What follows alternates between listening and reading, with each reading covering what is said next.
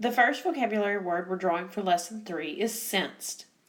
If you sensed something, you felt like it was going to happen. We were talking about this today in class. One of the things I talked about being able to sense was occasionally you can sense that it's going to rain.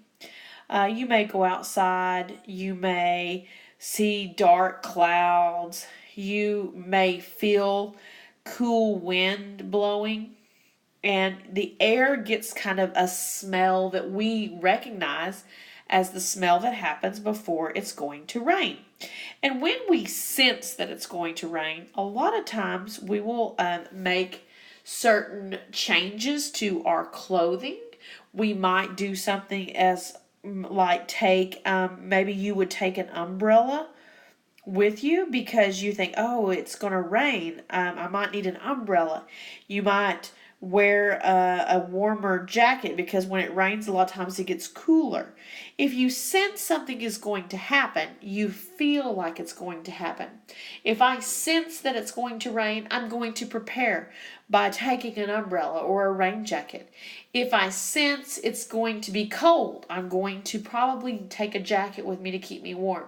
Sense means that you think or you feel like something's about to happen. Draw a picture of how you would prepare if you sensed it was going to rain. Would you carry an umbrella to school? Would you have a rain jacket? Maybe you would just stay inside instead of going outside to play. Draw a picture of yourself in a situation where you sensed it was going to rain. The next vocabulary word we're doing is especially. Especially means a lot of, or really, really, really something. If you are especially happy, you are very happy. You're super excited, just like this baby. You're really, really happy. You're joyous. You may want to party down, like this little girl here. She's especially happy. There are lots of times that we are especially happy. A lot of times we're especially happy in school when we're playing a game. You might be especially happy at recess. A lot of times at Christmas we become especially happy and we laugh and have a good time. Especially means a lot. So if you are especially happy, you're very happy. Draw a picture of what your face looks like when you are especially happy. How big is your smile? Do you laugh? Draw a picture of that now. The next vocabulary word is to memorize. If you memorize something, you know it by heart. You know it without having to read it. You remember every word. One of the things that I remember doing when I was younger, I was in school, was learning poetry. And there was this one poem that I had to memorize. I had to learn all of the words and remember all of the words without reading them. And the name of the poem is Homework, Oh Homework. And you may have heard me tell this poem before, but I memorized this poem. I learned all of the words by heart when I was in about 5th grade, and I still know them. The poem is written by Jack Prelutsky, and I still love it to this day. And it goes like this. Homework, oh homework, I hate you, you stink. I wish I could wash you away in the sink. If only a bomb would explode you to bits. Homework, oh homework, you're giving me fits. I'd rather take baths with a man-eating shark, or wrestle a lion alone in the dark, eat spinach or liver, pet 10 porcupines, than tackle the homework my teacher assigns. Homework, oh homework, you're last on my list. I simply don't see why you even exist. If a bomb would blow you to bits, homework, oh homework. And as you can see, I know every word. So that means that I have memorized those words. I know them by heart. Think of something that you have memorized. Maybe it's a cute little saying like jingle bells, Batman smells, Robin laid an egg. Think of something you know the words to that you don't have to read. Draw a picture of yourself saying it now. Our next vocabulary word is capacity. Capacity means how much something will hold. This week we talked about big rigs in our story, and we've talked about how big rigs will hold a whole lot. Whether it's a whole bunch of pipe or a whole bunch of cars or a whole bunch of boxes, big rigs have a lot of capacity.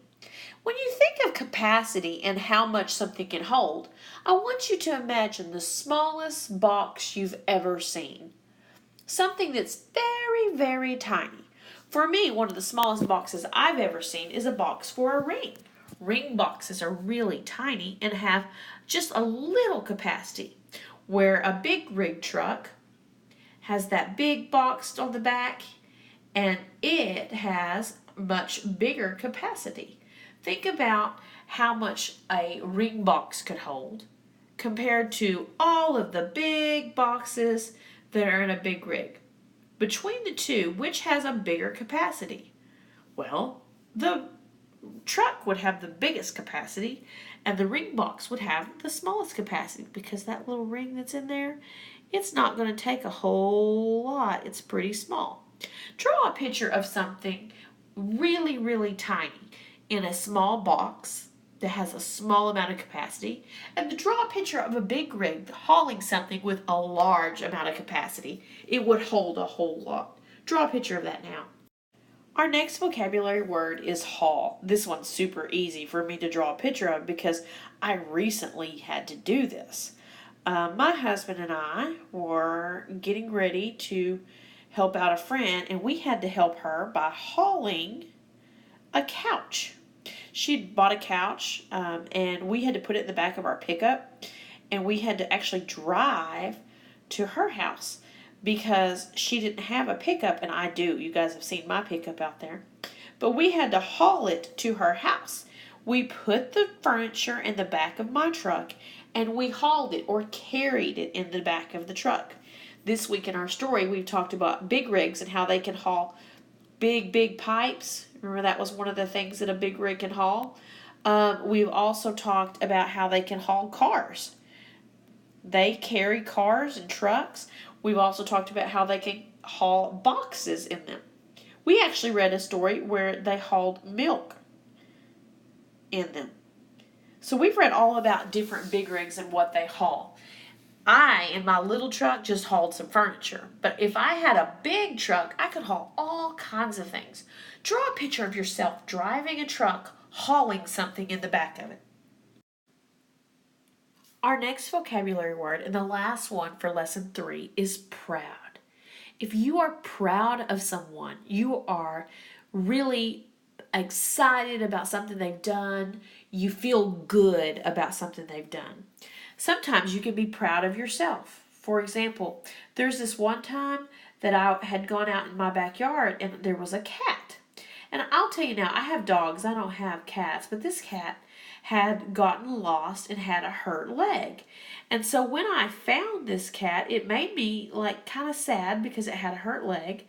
I didn't really know what to do with it, but instead of just leaving it outside, I actually took it to the vet, got its little leg fixed up. They actually put a cast on its leg, and then I was able to find somebody that needed a cat to take it to their house and let it live there.